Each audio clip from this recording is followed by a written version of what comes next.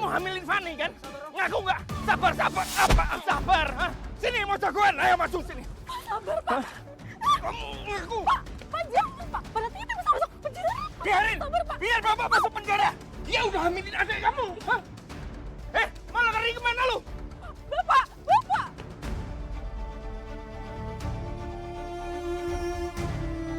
Mau lari kemana kamu pecundang? Pak, sabar. Sabar, sabar. Dia hamilin adik kamu.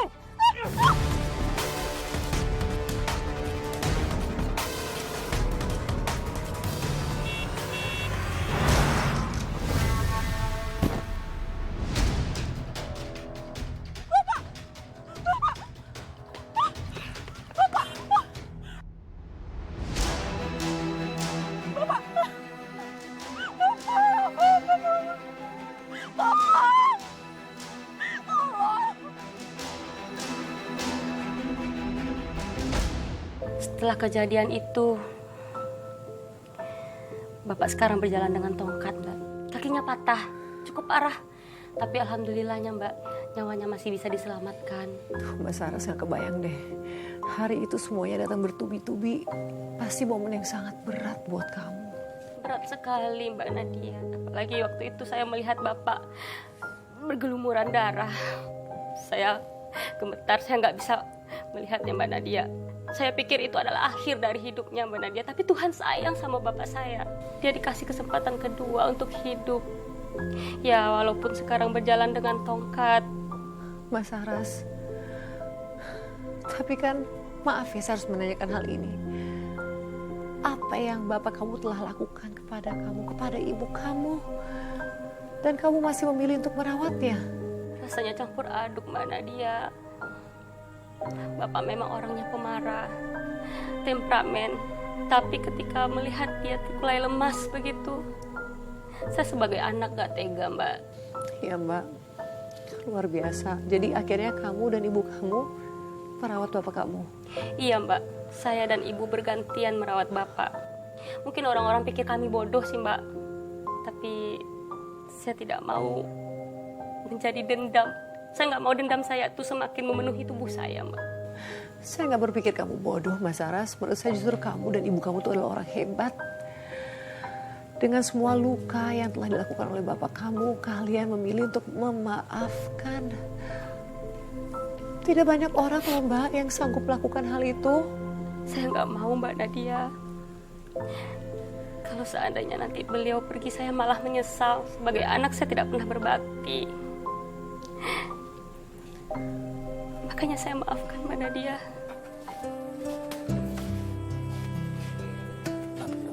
Iya, pelan-pelan ya Pak ya. Tahan sebentar.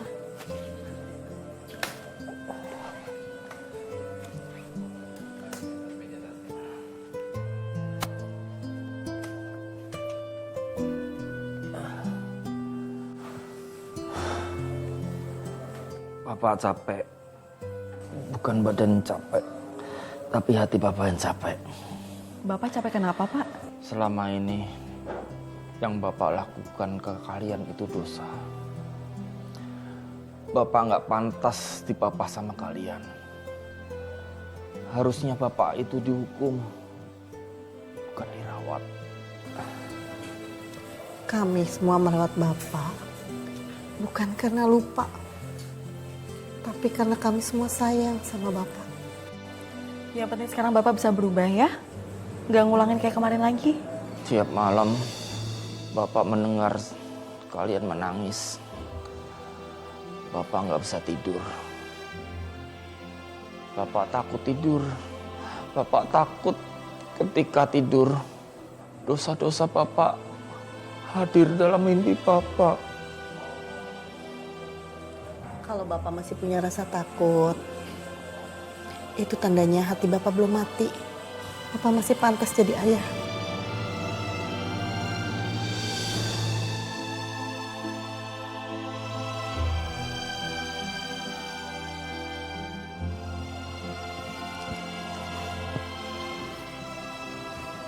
Oh, hati-hati.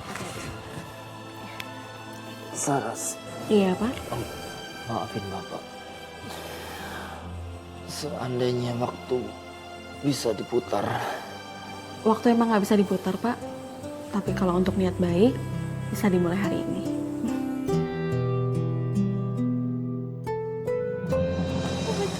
Aku benci.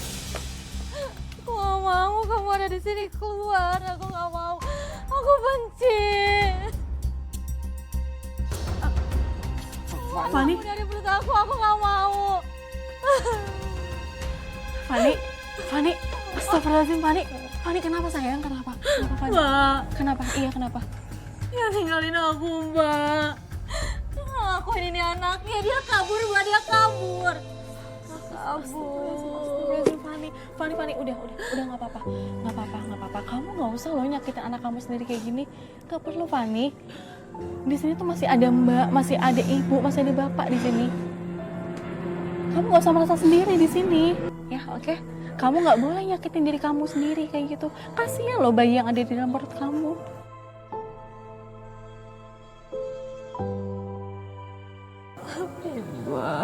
Iya, kenapa? Ya udah, kamu nggak usah malu sekarang ya. Fani, anakku, jangan kamu pukulin diri kamu. Jangan kamu sakitin diri kamu, sayang. Itu anak kamu, cucu Bapak, darah daging Bapak. Maafin Bapak, Fan. Bapak gagal jaga kalian. Maafin Bapak. Kamu nggak usah bingung lagi, kamu nggak usah sedih lagi ya. Kita semua ada di sini kok buat kamu. Ada aku, ada Ibu, ada Bapak. Kita bangun semuanya lagi ya, sama-sama bareng-bareng ya, sama bayi kamu juga ya. Udah nggak usah sedih lagi ya.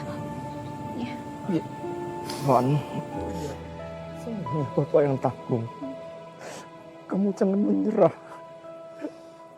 Kamu harus kuat, Van. Jangan seperti Bapak, Van.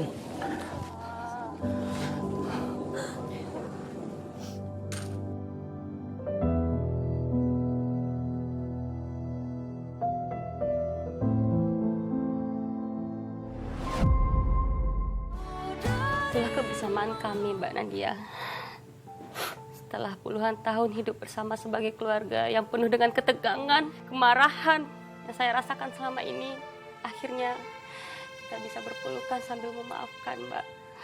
Bapak minta maaf, Fani juga. Mbak Saras, itu adalah momen yang sangat istimewa, Mbak. Dan saya penasaran, Mbak. Perasaan kamu sendiri itu seperti apa ketika sosok yang begitu keras, begitu temperamen, yang pernah menyakiti kamu dan ibu kamu, tiba-tiba menjadi sosok yang begitu runtuh. Bagaimana perasaan kamu, Mbak Saras? Perasaan saya pada saat itu campur aduk, Mbak Nadia. Memang saya tumbuh dengan sosok orang tua, terutama bapak yang seperti itu, temperamen, suka marah, suka ngatain saya perawan tua.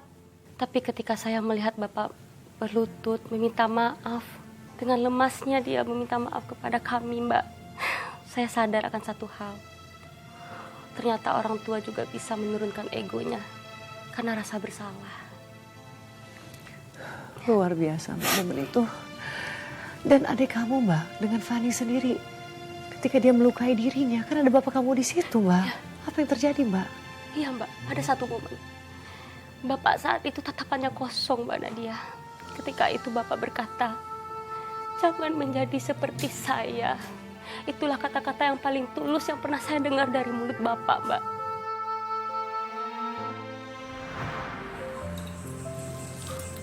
Kamu makan proteinnya biar banyak ya. Iya, Ibu, makasih banyak ya Ibu tuh udah perhatian sama kandungan aku. Ani, kamu maunya apa? Nanti Bapak cariin. Asal jangan sambal terasi tengah malamnya. Iya, Pak. Paling si Fani ngidam itu, Pak. Durian campur pete. Oh, siap-siap, Pak. Tengah malam minta dicari. Dulu meja makan ini isinya cuma rasa takut. Kalian makan buru-buru, diam, dan takut salah ngomong. Tapi malam ini Bapak rasanya seperti dikasih hidup baru.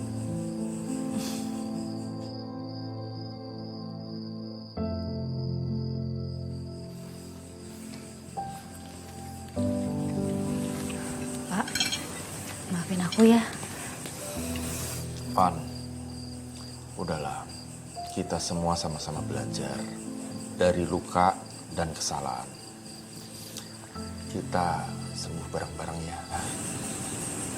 Iya, Pak.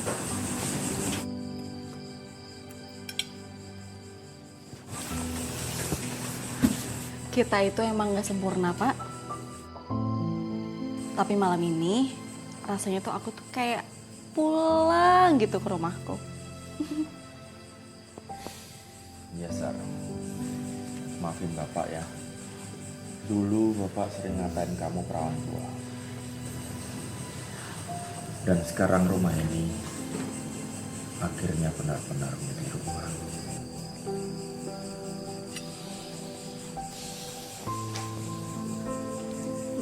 Aku sekarang gak takut lagi, Pak, buat menikah. Aku pengen cari calon suami yang sebaik Bapak. Biar gak dikatain perawan tua lagi. Bisa aja, Kak.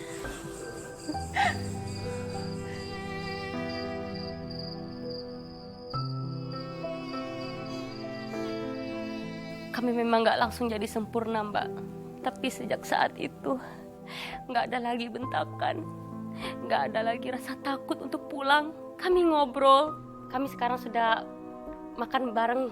Mungkin bagi keluarga biasa itu hal yang sepele ya, Mbak ya. Tapi bagi saya itu adalah hal yang luar biasa, Mbak. Hal istimewa. Saya terus senang Mbak mendengarnya, dan itu bukan hal sepele. Itu adalah sesuatu yang begitu kamu nantikan. Dan Mbak Saras, dari semua kemelut yang kamu hadapi Mbak, kira-kira apa pelajaran hidup yang sangat penting yang ingin kamu bagikan kepada kita semua? Iya, bahwa perubahan itu mungkin. Bahkan untuk orang yang paling kita anggap gak bisa berubah. Tapi syaratnya satu, harus ada luka yang cukup dalam supaya dia sadar. Tuhan Maha pembolak-balik hati ya, Mbak. Ya, ketika seseorang yang ingin berubah datang, kita harus buka pintu itu lebar-lebar. Kita maafkan, Mbak. Kita kasih kesempatan. Mbak, sungguh indah yang kamu alami dan kami ucapkan terima kasih. Kamu mau membagikan kisah kamu dengan kami semua, Mbak. Karena ini bukan cuma cerita mengenai sebuah keluarga aja. Ini adalah cerita mengenai pengampunan, mengenai memaafkan suatu kesalahan yang melukai kita, tentang kesempatan kedua, dan yang paling penting, tentang kembali ke rumah sendiri. Pemirsa, kisah Mbak Saras ini adalah cerminan nyata tentang bagaimana perempuan harus bertahan menghadapi stigma dan tekanan sosial. Diejek perawan tua, diberikan stigma, dihindari, dicemooh, dipinggirkan.